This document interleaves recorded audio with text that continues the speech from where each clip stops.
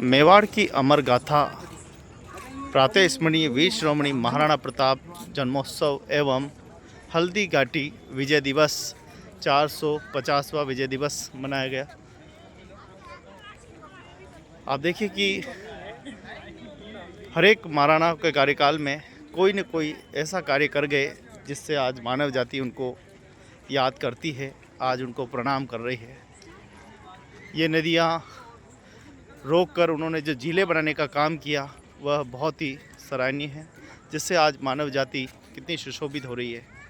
जहाँ आज लोग ज़मीन के इतने लालची और खुदगर्ज स्वार्थी हो गए हैं कि वह ज़मीनों पे कब्जा करना, 10 फीट ज़मीन लेते हैं तो उसे 5 फीट और कब्जा ज़्यादा कर लेते हैं। ऐसे में उस ज़माने में जीवन जीना, जीवन की ज़रूरतों को पूरा करने के लिए ये सारे सागर, झीलें, बांध सब बनाए गए थे। ये जलाशय हमारी ज़िंदगी थी। प्रकृति को संवारने के लिए पेड़ लगाए गए थे। हेलीकॉप्टर से बीजों की बरसात की गई थी। बम्बुल जैसे पेड़ों का उद्गम हुआ। प्रकृति के प्रति उन्होंने हमेशा ध्यान दिया। बाहर से विदेशी पेड़ लाए, उन पेड़ों को लगाए। कुल मिलाकर खेती में किस प्रकार से वृद्धि करें, अलग अलग तरह की खेती करना सिखाया। लेकिन आज इंसान इतना खुदगर्ज हो चुका है कि उन प्राकृतिक संसाधनों को लुप्त कर रहा है, खत्म कर रहा है। प्रातः स्मरणीय वीर शिरोमणि महाराणा प्रताप जन्मोत्सव पर यही संदेश है कि प्रकृति बचाओ। और जो हल्दी घाटी युद्ध विजय का हुआ वह एकता का प्रतीक था। सर्व समाज सभी ने मिलकर इस युद्ध को लड़ा और विजय हुए। ऐसी वीर गाथाएँ मेवाड़ की आज भी नगरवासी गाते हैं और महाराणा प्रताप के सम्मान में वीर गाथाओं की कई सारी गोष्ठियाँ, संगोष्ठियाँ सरकारी संस्थाओं द्वारा, अलग अलग प्रतिष्ठान द्वारा की जाती है। उनके त्याग, बलिदान और शौर्य को याद किया जाता है। पहले व्यवस्थाएं राजशाही व्यवस्थाएं थी, अब व्यवस्थाएं लोकतांत्रिक व्यवस्थाएं हैं। तो लोकतांत्रिक व्यवस्थाओं में हम देखें कि लोगों को जहां तंत्र को लोगों को सेवा के लिए होता है, लेकिन धीरे धीरे जिस प्रकार से तंत्र हावी होता जा रहा है वो ठीक नहीं है। कम से कम टूरिस्ट पैलेस, पब्लिक पैलेस पर पुलिस वालों की उपस्थिति होनी चाहिए। उनका काम सुरक्षा है, लेकिन वो तो क्या बताएं, बोलेंगे तो उनको बुरा लगता है। और ये पब्लिक पैलेस है, यहाँ पे लोग आते हैं, पैलेस से यहाँ पे लोग आते हैं, घूमने के लिए आते हैं, एंजॉय करने के लिए आते हैं।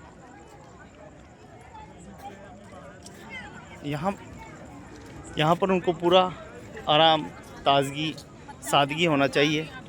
लेकिन होता क्या है कि जैसे ही कोई आता है, और आजकल हमारे यातायात पुलिस वालों के हाथ में आगे है मोबाइल, बस वो फ़ोटो खींचते हैं और सीधा अपने हेड ऑफिस भेजते हैं, जहाँ चालान बन के आ जाता है।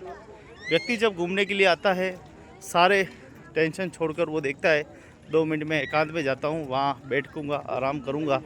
लेकिन जब वो चालान कट जाता है, 100-200 रुपये की कोई बड़ी बात नहीं है, लेकिन वो जो क्षति होती है, जो उसको प्रताड़ना होती है, दफ्तरों तक चक्कर काटना, कैसे भरूँगा इस चालान को, यह सोच के परेशान हो जाता है। व्यवस्थाएं ठीक करनी चाहिए। पहले राजशाही व्यवस्थाओं में भी वहाँ पे भी समस्याएं थी। वहाँ पे भी कई सेनापति ऐसे होते थे, दबंग होते थे, अलग अलग नियम थोप देते थे। अब लोकतंत्र शाही है। लोकतंत्र में अब प्रशासन का राज है। अब प्रशासन का जिम्मेदारी है कि वह शहर को सुंदर बनाए, लोगों को और भी अच्छे ढंग से कानून व्यवस्थाएं सिखाए। लेकिन ऐसा कहीं दिखाई नहीं देता है। कभी कभी सोचते हैं कि कैसे करें। सुबह सुबह लोग इतने नहाने के लिए आते हैं, तो प्रशासन उनको कैसे रोके, क्योंकि ये पानी थमा हुआ पानी है और नया पानी इसमें आता नहीं है। जब बरसात होगी तब नया पानी आएगा। थमा हुआ पानी एक तरह से देखें तो एक रसायन की तरह हो जाता है। जैसे मटके में कई दिनों से पानी भर के रखते हैं, तो उस तरह से हो जाता है। उसी प्रकार से बहता अगर पानी हो तो उसमें नहाए धोए कुछ भी करे, तो वो बहता हुआ पानी अपना रास्ता अलग पकड़ लेता है, जिससे कि वह स्वच्छता बनी रहती है। नदियों में कभी गंदगी बहुत कम होती, क्योंकि बहते हुए पानी में पानी गंदगी की जो है निकल जाती है। यही बात मैं समझाना चाहता हूँ। जो भी लोग यहाँ पे नहाने के लिए आते हैं उन लोगों को गारंटी के साथ कह रहा हूँ, खुजली चालू हो, पूरे शरीर पे खुजन शुरू हो जाती है, सफ़ेद सफ़ेद भूरे भूरे हो जाते हैं हाथ पर। उनको ये पता पड़ना चाहिए कि ये पानी बदला नहीं है। बदला भले ही होगा, यहाँ से पानी ओवरफ्लो होता है, निकल जाता है, लेकिन उतना नहीं निकलता जितना आवश्यकता है, क्योंकि बहुत बड़े संख्या में रासायन आता है। बहुत से नाले, गंदे नाले इसके अंदर गिरे हुए हैं। आप ये सोचिए कि इतनी बड़ी गंदगी और ऊपर से कुछ भी लोग इसके अंदर गंदा फेंक देते हैं, साबुन का पानी, ये वो, कई सारे रासायन इसमें तत्व हो जाते हैं जो शरीर के लिए हानिकारक होते हैं, और फिर एक दिन खुजली की बीमारी, चमड़ी की बीमारी हो सकती है। कई लोग तो जानते ही नहीं हैं उनको, अगर जब जान जाएंगे ना तो वो नहाएंगे ही नहीं, क्योंकि इसके अंदर बहुत सारी केमिकल होते हैं। आँखों में चले गए, मुंह में चला गया, नाक में चला गया, कई सारे शुक्राणु कीटाणु भी हमारे शरीर के अंदर चले जाते हैं। अगर नहाना ही है तो वास्तव में आप नहाइए। बहुत सारे स्विमिंग पूल बने हुए हैं जहाँ ताज़ा पानी फ़िल्टर किया जाता है। बहते हुए पानी में नहाना और भी बढ़िया बात है, लेकिन थमे हुए पानी, जहाँ पानी की निकासी नहीं है, वो पानी रासायन की तरह हो जाता है।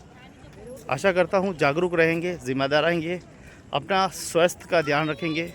एक भी बैक्टीरिया अगर पेट में चला जाता है तो सोचिए वो बैक्टीरिया धीरे धीरे बड़ा भी हो सकता है और गंभीर बीमारी भी हो सकती है। जागरूक रहें, सावधान रहें और अपनी और अपनी परिवार की सुरक्षा करते रहें। जय हिंद, जय भारत, जय मेवाड़।